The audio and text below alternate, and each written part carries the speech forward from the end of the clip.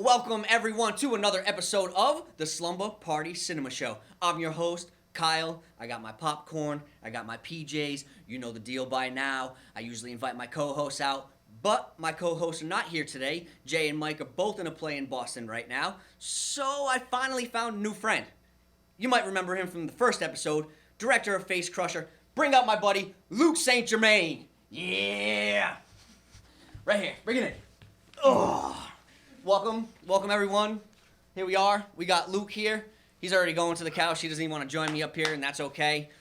So I'm going to join him on the couch. We're going to have some fun. Today we're showing Penny, another psychological horror, directed by Rachel Thomas, written and directed by Rachel Thomas. An extraordinary film director, creator. We'll invite them on after, like we usually do. Let's just get to the couch. Okay. So, Penny. This is for our audience here. It seems in the short film world that a lot of people love to do horrors. We love horrors. So get ready, because you are in for a treat. I know you haven't seen it yet, so you'll watch it. You'll be surprised. It's a doozy. I say that all the time. Doozy, right? Yeah, I'm really curious about this one. Yeah. Is it about an actual Penny? Let's just say that pennies do make an appearance. Okay, cool. Pennies 100% make an appearance. It's, I don't want to describe too much about it, but it is a beautifully shot, the colors, the lighting design, the costumes, the themes. Rachel is truly a great director. Do any faces get crushed? No faces get crushed in this one. Unfortunately. I know you love the blood. It's all right, I like pennies too, so I'm pumped. Pennies, bloods. I'm pumped. Bring on the pennies. Yes. So I'm not going to spoil too much Okay. before we dive into the conversation and start talking too much. Want some popcorn? Absolutely. Thank Piece you. of popcorn. Enjoy. And then you know what we do? Let's just show Penny.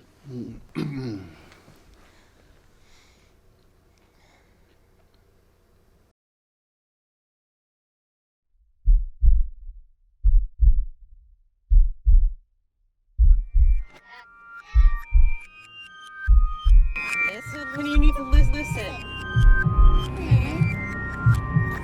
Listen, Penny. Penny, you need to listen. Can you hear me? Penny, look at me. They are going to come for you. They are going to try to poison you, but you cannot let them, okay? I need you to understand. Penny, you still have time. Do you understand? Please tell me you'll remember. Good. Okay. Here. Count these. And when you're finished, start over. And don't come into my bathroom.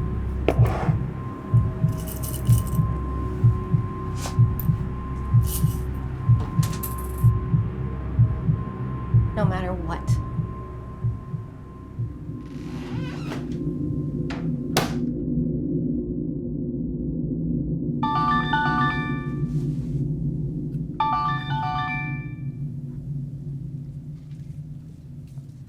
Hello. Oh, hey. Yeah, I had a good time too. Sure, I'd like to see you again. I did offer to make you dinner. No, I don't get tired of cooking. My place at 8? See you then.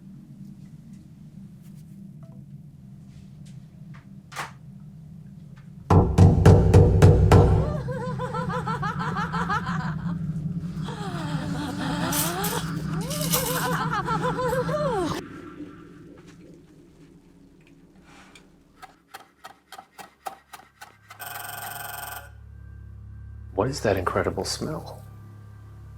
Squid ink pasta with seared scallops in a white wine sauce. If that doesn't sound like a chef's dinner, I don't know what does. I have a surprise dessert as well. Well, I just happen to love surprises. Cheers to that.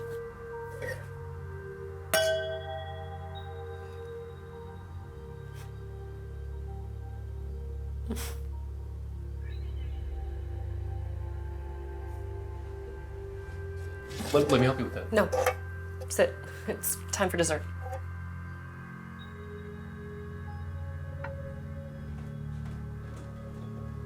Wow. What's this? Dessert. It's like a pastry or something? Are you going to eat it? Should I? I think you should go. Wait, I didn't mean to insult you. Or... I'm not kidding. You need to leave. You're serious? I'm sorry if I did something to offend you.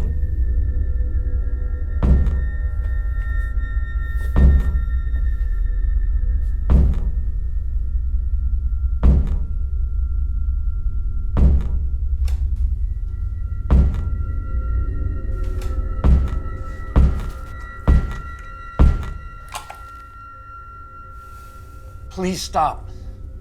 Open the door. May, you need to let me in. I can call your mother if you need her. She could be here soon. Do you want me to? What is she doing? Hey, sweetie, my mommy needs her rest.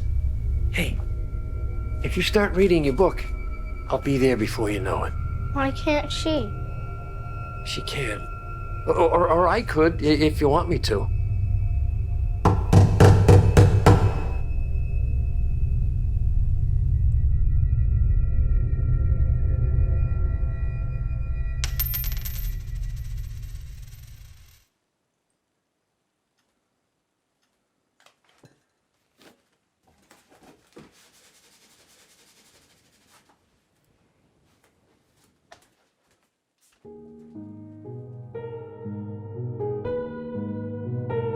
I can't believe this is gluten-free. It's amazing. You don't want to know what happens to me when I eat gluten. What happens? Well, I just told you. You don't want to know.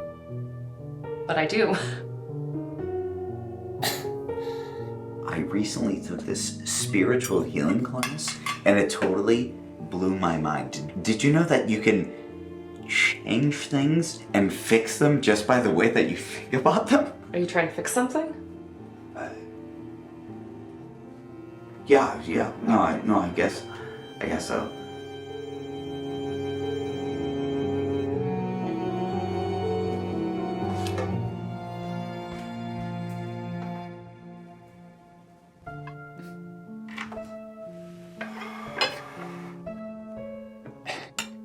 What do we have here? Dessert. What do you think about palm reading? What? Do you believe in it? Yeah, but well, the other things that, okay. What kind of game is this? I don't play games. Are you going to eat it? I don't think so. Then you need to leave. Are you playing me right now, or? I just said I'm not someone who plays. And then this. This is your lifeline.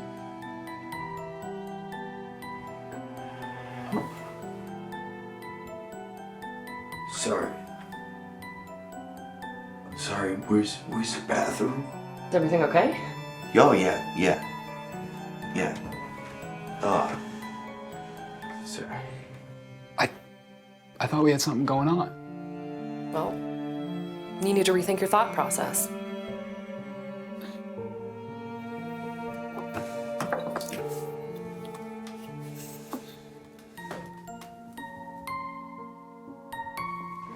Yo, rethink this then.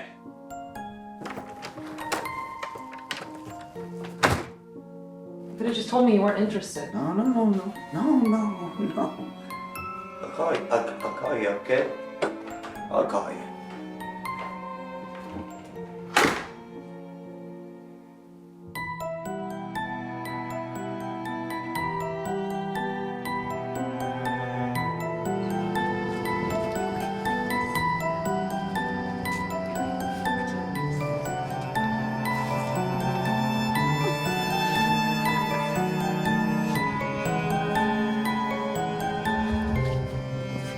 What is a little lady like you doing up so late?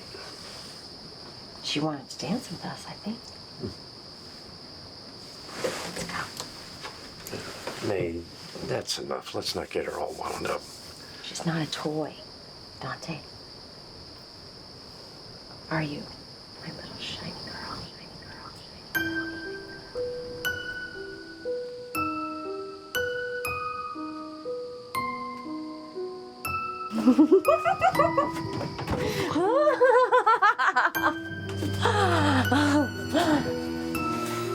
Never let anyone dull your shine. Please tell me you'll remember.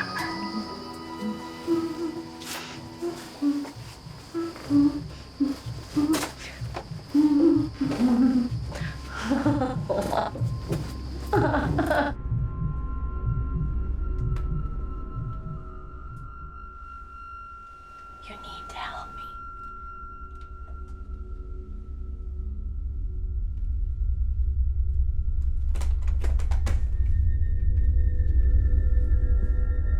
It'll be okay. She'll be okay.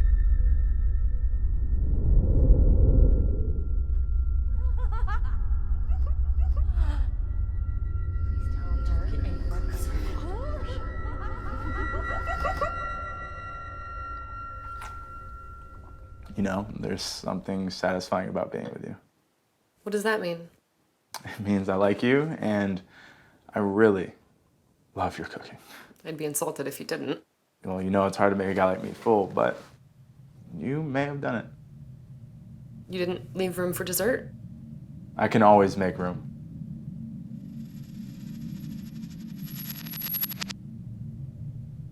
Everything okay?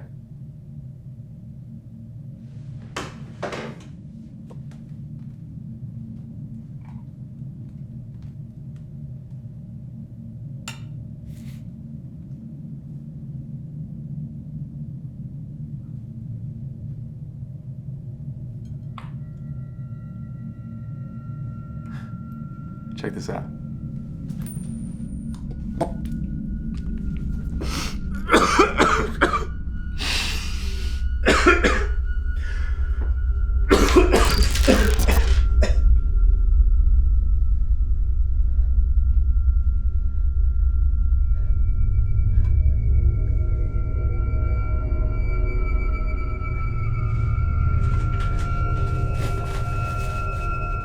You're one of them. May, please, you have to take your medication. They're using you to get to me. They're poisoning me and you are doing nothing about it. You're believing all of it because they're poisoning you too. No one's poisoning anyone. We're trying to help you. Do you hear yourself? I know better than anyone the difference between what is real and what isn't. Look at me! Please, think about Penny. I am the one trying to save her. And you can. Just put that down. Just put that down and you can save her. We can do it together. Don't get any closer.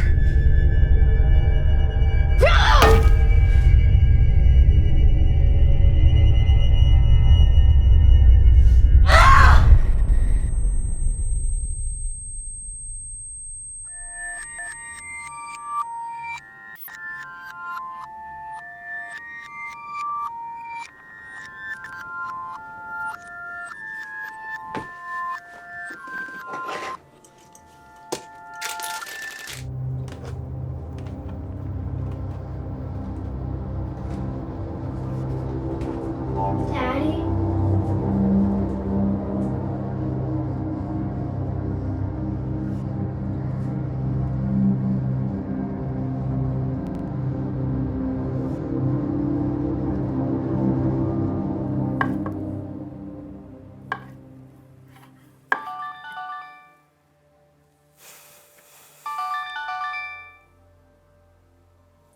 Well, hello. No need to apologize. I should, but I won't. Yeah, I'd like a redo. How about now? Yes, as in right now. Okay.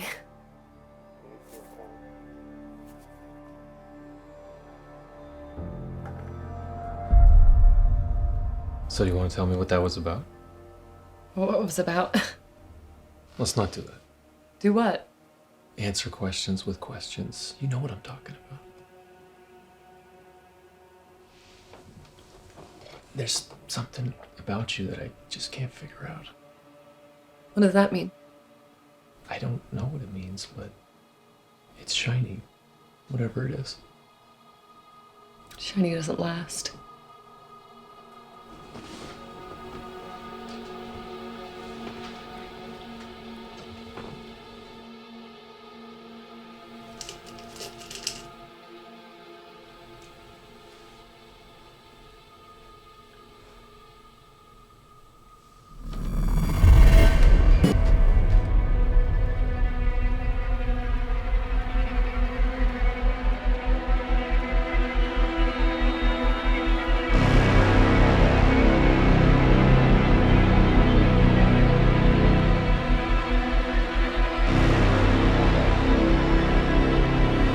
Penny?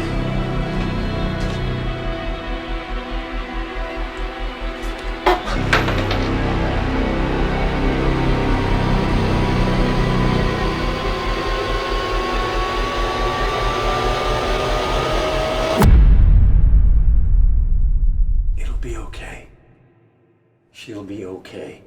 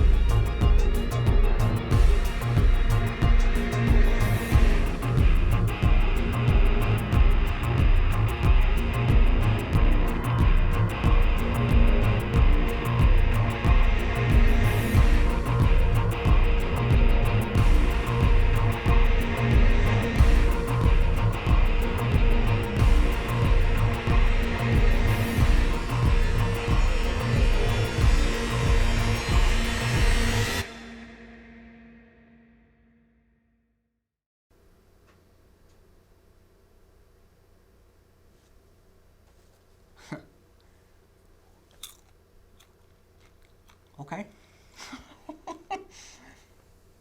What'd I tell you? Wow. Yep. Wow. Yep. That was awesome. Awesome. It had a lot of pennies, and there actually was kind of a face that was crushed. You know, when I think of faces being crushed, Yeah. I can't help but think of Face Crusher, which is like, Yeah. you know, flattened, nasty, disgusting. Yeah. But yeah, like I said, Penny, right? Just, I say this all the time about the films. We've shown such great films on here.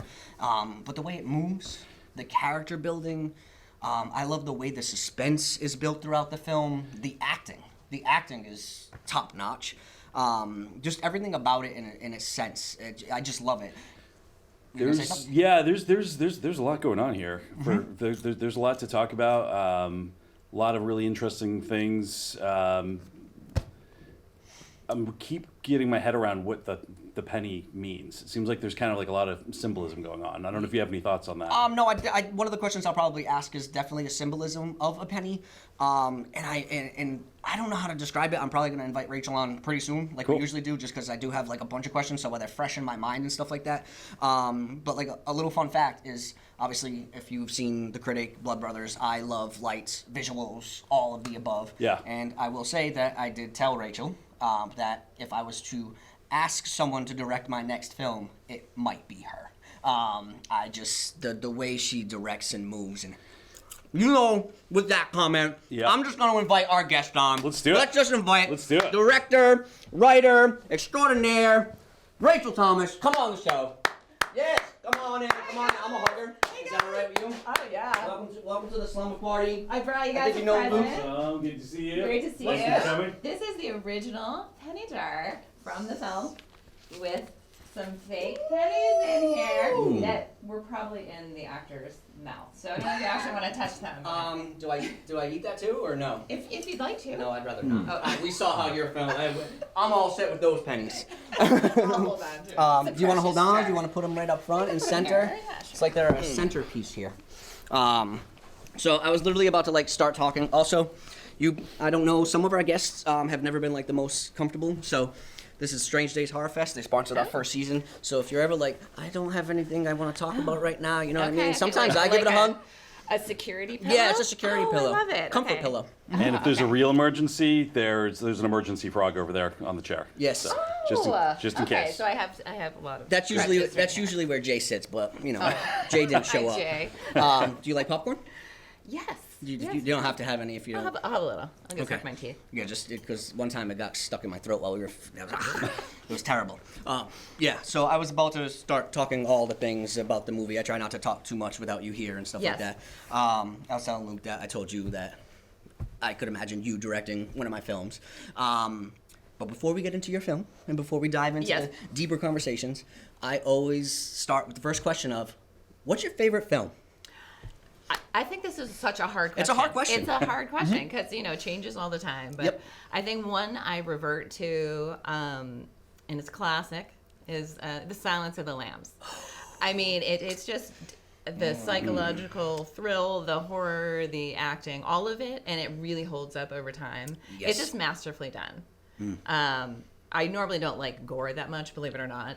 But that's a classic, and I don't think it'll ever become a movie that ages. No, I agree with you on that. Silence of the Lambs, again, just you're right, the acting, the way it's shot, the suspense, the way it builds, like with the psychological, and then also like the police, like the detectives, and yes. You didn't see a lot of that back then with the character, so that was like a great, Silence of the Lambs. Is it true that Anthony Hopkins does not blink through the whole movie? No. Is that true? I've heard that, but I haven't actually watched it to see if it's true. You have? He blinks. It's, Oh, okay. Yes. There's certain scenes where he doesn't, and it's intentional. But yes, he does Okay. blink. You notice it very quickly. Now I'm gonna have to go back and watch it again and just to check that out. Well, it's a technique, right? Yeah. You just don't. Oh, I'm scary. No, he's actually a really good actor. He So is. he just looks at your soul, and you're doesn't like, have to do yeah, much to be I'm dying. Especially as that character. But Silence of the Lambs is a really solid film. Yes. Would you say that film has inspired some of like who you are? Is that why like you gravitate towards that, or? Probably not. Okay. It's really funny, like because horror films I have a very funny relationship with horror films. Like when I wrote Penny, I think it was really early on in the pandemic, and I was watching a lot of horror, like horror shorts mostly. And so that was like my intention behind writing this. I never go in with the intention of writing horror or dark stuff. It's usually just always what happens.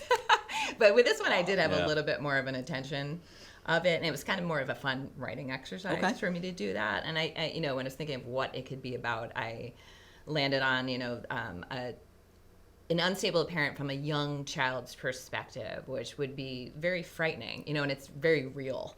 Yes. And how that would shape a person and change who they are, and their ability to connect with people, which is what she's trying to do, but is incapable because of her background in a very traumatic event, which you don't realize what it is until the very end. Yes. And some people still don't realize what it is, even when the movie's over, which is okay.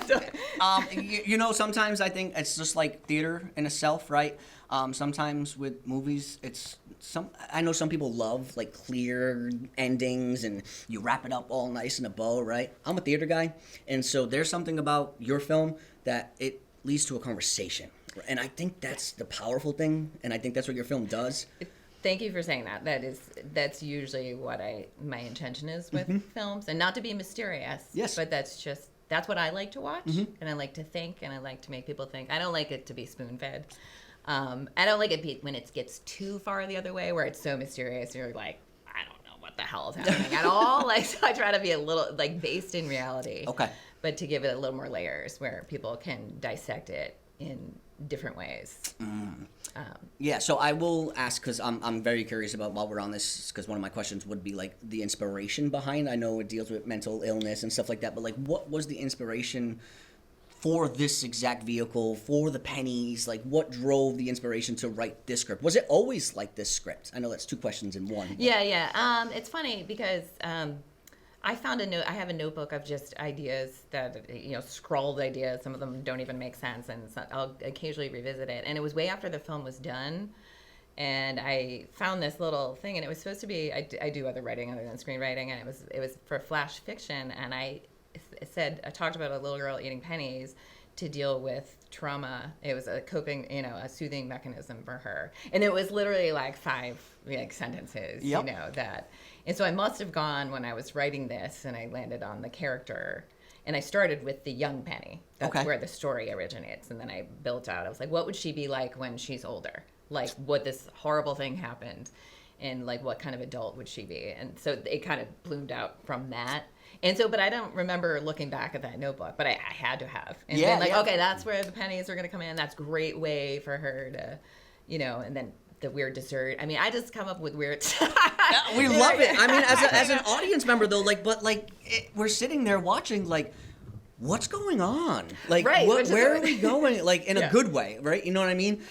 You lead us down this path, and we're finally, and for me, I mean, it's, and I think that's the thing, right? Is like, it didn't wrap things up for me, but my brain understood, like, where it was, and that was, like, important for me. I was like, this is an interesting way to tell a story about mental illness and how it affects someone. Yes. Because mental illness affects people in all sorts of ways. Yes. And that was an interesting, is there a symbolic thing with the penny, or was it just because of...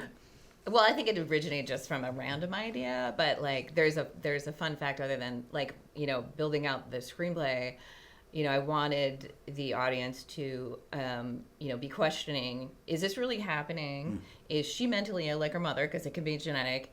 Is it the trauma, which you don't really realize till it's over? But there's another thing where ingesting large amounts of copper actually gives you brain damage and can make you like hallucinate. I don't like.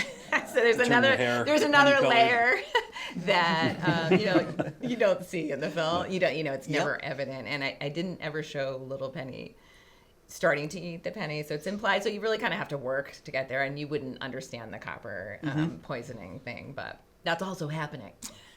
See, I didn't know that. I mean, if you eat too much of a lot of things, but like, it's interesting that it leads to like a mental illness of the copper. That's wild. I mean, you have to eat a lot of it, and why would you do that? But there are people who like there's that show, My Strange Addiction, right? Yes. And so like, and I think that's what ultimately, like, I think some people, if you do and you see your film and you're like, people eating pennies, like, what is this, right? You ever watch the show My Strange Addiction? Like, people eat strange things. People eat some strange. There's a movie about that last year, Swallow, about someone who I haven't seen it yet, but I want to. Apparently that's the idea, is somebody just keeps eating random objects. But I think it's supposed to be really horrifying. I haven't seen it yet. But it's no penny. But. I should watch it. As long as it doesn't cross into like the gore for me, it just, especially if it's real, just gets me. Face Crusher gore is different because it's like a stylized gore that works so well. But like the Green Room. I need to see Face Crusher, by the way. Yes. But like might be an episode about that somewhere. The first episode. But so, because like the movie The Green Room, I don't know if you've ever seen that. I love that movie. It's awesome. great, but I was not expecting that. Good. It's like... Oh, I haven't seen that either. Yeah, we won't talk about that movie. Okay. We'll keep focusing here. But it's like gore that's so realistic that I'm like, I can't do this. I can't do this. Why am I... This my heart... Like, it's too much. Right. I know you might have had a question or two. Well, just going back to what we were talking about there, it's so interesting watching this and trying to figure out kind of what Penny... I mean, number one, what the Penny represents, but then what Penny, the character, actually wants. It's, obviously some sort of acceptance, but like an acceptance kind of what exactly? Like, I'd love to hear your perspective of kind of what she was looking for through this. Yeah, so that's a great question, and it's a question a lot of people have, because she, like, the penny dessert is, it's a test, but she doesn't even know what the test is. because she's just she wants this connection so badly, because even though she saw this, the really bad part of her parents, to put it mildly, she also saw the love. And that's the struggle of that disease, and so she really just wants that. So she's testing these guys out, but again, not even knowing what she's expecting them to do. And it was a little bit different in the script, and it doesn't. We had to change it in the editing, in that Shah Jahan's character, Mila, who comes back at the end, she really had the connection only with him, and it just didn't work out as well as, I wanted it to. So it changed a little of that. It would have been a little more clear that she actually had a connection with him, but then she can't stop the compulsion to hurt. So, so when the test is like, are they going to eat it or not? And she's not even sure what she's going to do if anyone actually eats it. So and some people are like, so is she a serial killer? And I was like, I don't know. Do you think she is? Yeah. Oh, it didn't come off serial killer because it didn't. This is the best thing about films, right? Is sometimes we perceive things totally different. What you just said explains a lot of it, because there was a part of me watching it and I'm saying, where does she go with this? Where is she landing with this? And and so I think a serial killer would have been more intentional, like watching, hovering, really. But again, I think it's a credit to like your direction and where it went, is that it never lent itself to clear, like, I'm a serial killer, just want to kill people for fun, right? No, and that's the thing with mental illness. It's we can't. We talked about this with one of the films on here, maybe two of the films. Is that sometimes, especially like Blood Brothers, like addiction, we talk about it all the time, right? There's no answers, and so if you give answers and you try to solve things too much, then it's like, is that really what it is? I don't know, right? Right. And she's not a serial killer. I just have people ask me that, so I was curious if that. Wait till the sequel on that one. Yeah, I think the serial killer is a little more like, I'm making sure my plan goes exactly accordingly, and here are the steps that we get to it. At least mine. Yeah, no. Not that I'm a serial killer or anything like that. I know about those. Yeah, because it seems to be making a commentary maybe on a couple of things. Like, mental illness might be part of it, but I was wondering, like, is it saying something about dating? Is it saying something about like masculinity and like trying the dynamic between men and women? You know what I mean? It kind of seems to be setting up a lot of questions. It's kind of a lot to think about. Yeah. The dating part, that's very deliberate, and it's a little bit goofier in the edit than there was a lot of substance cut out that we had to cut out that was filmed for time purposes. There was some like clues.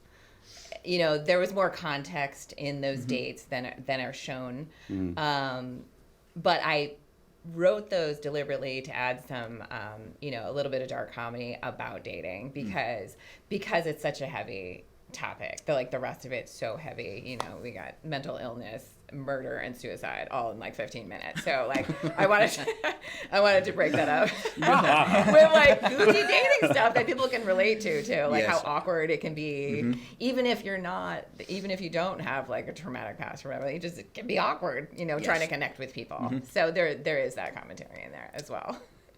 Yeah. The other thing that I want to make sure that we get to is because in the credits I realized that a mom and daughter were on the same film together. Yes. I'm interested what that was like. Yeah, that was fantastic for a lot of reasons. But at first, when I was casting, I was having a very difficult time finding, and it also had to be a resemblance with the young Penny and what she would look like as an adult. And I knew Charlie Carr was going to be Penny, like early on, because she was in my first film, This Girl's in the Attic. She's perfect for the role, but like yes, brilliant in that role. Yes. And it was funny because actually when I had a draft of the script and we were talking about horror, me and Charlie, and she's like, I would love to do a horror movie if you ever write one. I'm like, I'm writing one right now and you're perfect. So anyway, that was the only time that's happened. And but when I was casting the rest of the cast, I was just struggling to find, a child that wasn't going to have a mom act, like, because then you'd have another mom on set, which would have been fine, but physically matching them all. And then Allison reached out to me because she saw the casting call and we knew each other, sort of just from online and mutual people. And she's like, I'm going to audition But just so you know, my daughter and I just did a film, like an Emerson film, and she's 8, and she sent me the film, and I was freaking out because I was screenshotting like Ava's face, like her eye, because I knew we were gonna do those close-up eye shots and matching, and I was like, so I screenshot Ava's eye, and I had Charlie's picture, and I was like, "Are you kidding me?" It was like identical, and then I just loved that, and Allison and Ava were great in this Emerson film, and I knew right then, I'm like, they're cast. I finished the whole process before I telling them, like with the other people, and so, but yeah, and I loved it, and and I have to give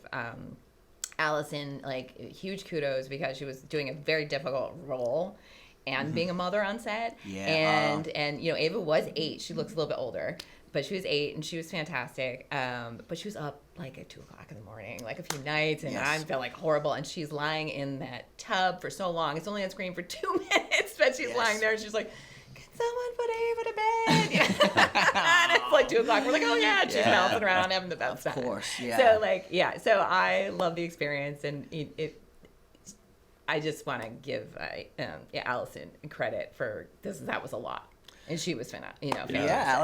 Allison was in the critic. Yes, and so was Paul. Yes, so was Paul. Yeah, some familiar faces. That was the second time I killed Paul Kizar. He's an easy guy to want to kill. I know. He's literally like one of the best humans ever. I know. I feel bad every time. I know we only have time for time goes by fast in the Slumber Party Cinema Show. Wow. And so I just want to ask, because I know you write, direct, and stuff like that. Yeah. Do you prefer writing more, directing more? Does it? It's funny. I really think of myself as a writer first, and I'm trying to tell my stories, and that's the directing part. And I wasn't sure I was gonna like directing. I haven't been that long. It's been like 3 years, and but I love it. And it helps you tell your story. And I love taking those pieces. Like I love set designing, and I thank you for your comments on all that about Penny, because I worked really hard with the set design and the costumes and the color palette, but I love it. I love bringing those pieces together. And I always wish we had more time, but the tension sometimes, it's hard to talk for an hour and hopefully, but because that is the beautiful thing of the film is everything weaves together. I love some of the yellow lighting that shines through, and the car scene, with the staircase. I'm thinking right, isn't it? And it's just visually this is for me. I love that. Yeah, thank you. Completely. So, yeah. So when you do approach your writing now, do you write scripts as spec scripts sometimes still, knowing someone else might direct it? Yeah, I do. Okay, so you do. But when you know you're going to direct it, do you write it right away as a shooting script so you can start seeing the pieces come together more? Yeah, it's always a struggle now because once you start directing, especially when I first started writing right after directing, I was like, oh my god, now my brain's in 2 different spaces. Yes. So I try to separate them.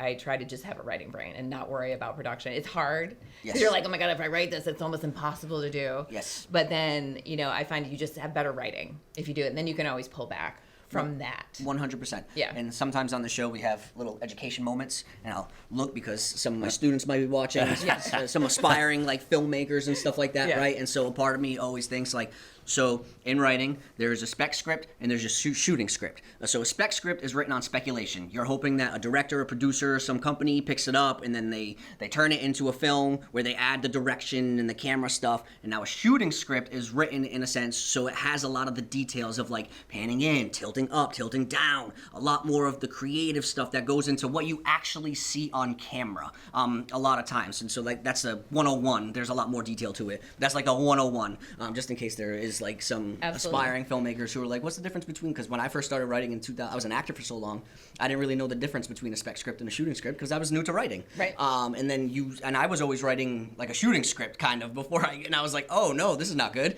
Right. And a lot of people make that mistake. And, yes. Yeah. Because as a director, if you get a shooting script, you're sitting there saying, well, am I directing it? They already directed it. Everything's here. It's the pieces. Question we got probably Rachel. one more.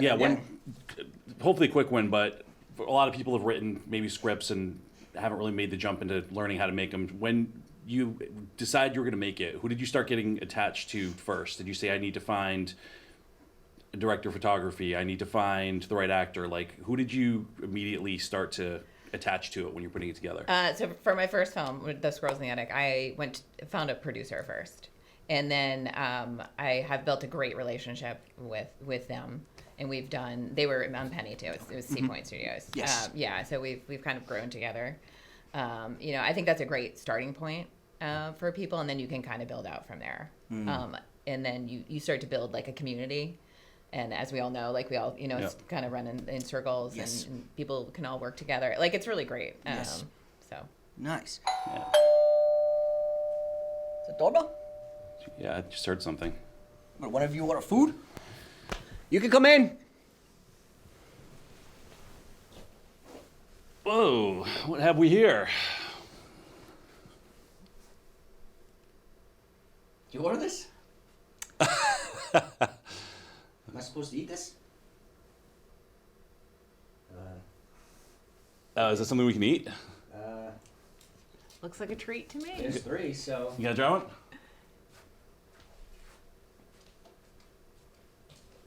We're gonna sit back down and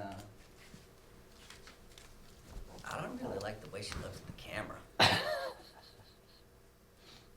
the heck is going on right now? I don't know, man. It looks good. It's like a dessert or something. Sure. I mean, there was 3, so does that mean that we eat it, or? Yeah, man.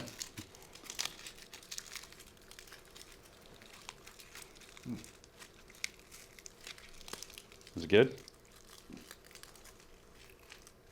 Oh, dude. Dude, careful, dude. There's pennies in here, man. Uh-oh. Heimlich? Oh, boy. Thank you, everyone. Tuning in to the Slumber Party Cinema. Why would you do this? Why would you?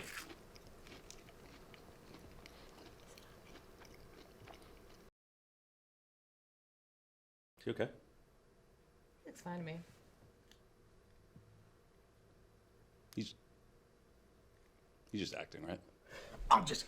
Thank you, everyone, for tuning in to another episode of the Slumber Party Cinema Show. See you next week. Thank you for tuning in. Scary.